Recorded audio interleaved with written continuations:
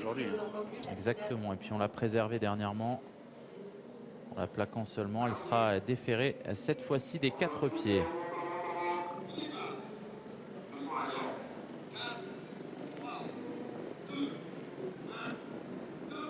Allez, le départ qui est donné tout à l'extérieur, la Liga del Fedo, Lu Pingde et Togalo, le concurrent entraîné par Sébastien Garato qui perd énormément de terrain. Lu Pingde qui a été disqualifié. Les deux petits poussés, Luc Dermès et la Liga del Fedo, sont les mieux partis. Faute de la Liga del Fedo, le numéro 1 qui perd énormément de terrain et qui va perdre malheureusement toute chance. Lara Dulaire est très bien partie avec également la Liberté du Goutier qui vient en 3e position plutôt côté corde. Faute de Lovissime, le numéro 9 Lovissime qui perd du terrain et qui ne peut être remise par Alexis Colette.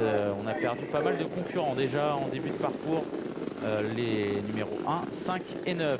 On a pris la poudre d'escampette avec Luc Dermès à 1500 mètres de l'arrivée qui précède la favorite Liberté du Goutier qui vient dans son sillage. En 3e position, Lara Dulaire avec également la Canade Félière qui vient en léger retrait. Lisbonne Drive qui est réenrainé par Paul Ploquin à cet instant et qui vient ensuite devant Layup qui est à l'arrière-garde et Lysia Desagers qui ferme désormais la marche d'un peloton composé de 7 unités désormais. Luc Dermès qui a repris le mouvement en tête sur le pied de 14-15. En 2e position, on retrouve Liberté du Goutier qui voyage bien pour le moment. La Radulaire vient en léger retrait avec également la Canade Félière qui patiente le nez au vent. Lisbonne Drive vient sur un 4e rideau côté corde devant Layup et Lysia Desagers qui est en dernière position. Les concurrents qui sont désormais à 900 mètres de l'arrivée avec Luc Dermès qui a repris le mouvement en 2e position.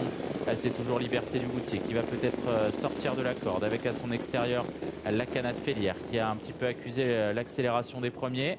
Lara Dulaire vient en léger retrait avec Layup qui voyage bien pour le moment à l'arrière-garde avec également Lisbonne Drive un petit peu sollicité par Paul Ploquin et Lysia Desagers qui est en dernière position.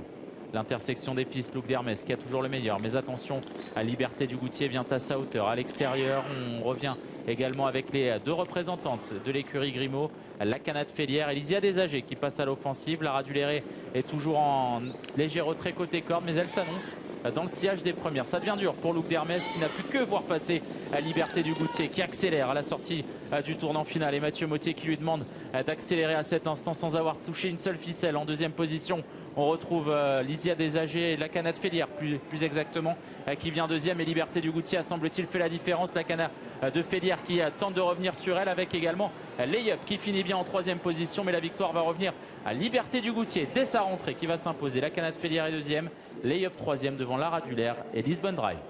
Et la casaque de l'écurie Saint-Martin à l'honneur dans ce prix Jean Gauvreau, une épreuve labellisée groupe 2 avec le numéro 7 Liberté du Goutier qui effectue donc une rentrée gagnante, elle qui n'avait pas encore couru cette année. La jument de Thierry Duval d'Estaing a été très bien montée par Mathieu Mottier. La 2e place elle est pour le numéro 8 la Canade Félière qui court également de belle manière avec Guillaume Martin. Bon début dans cette discipline du numéro 3 Layup aujourd'hui face aux bons éléments de sa génération sous la selle, et c'est donc le 6 Lara Dulaire qui termine 4e, 7, 8, 3 et 6, la meilleure en valeur intrinsèque aujourd'hui à gagner.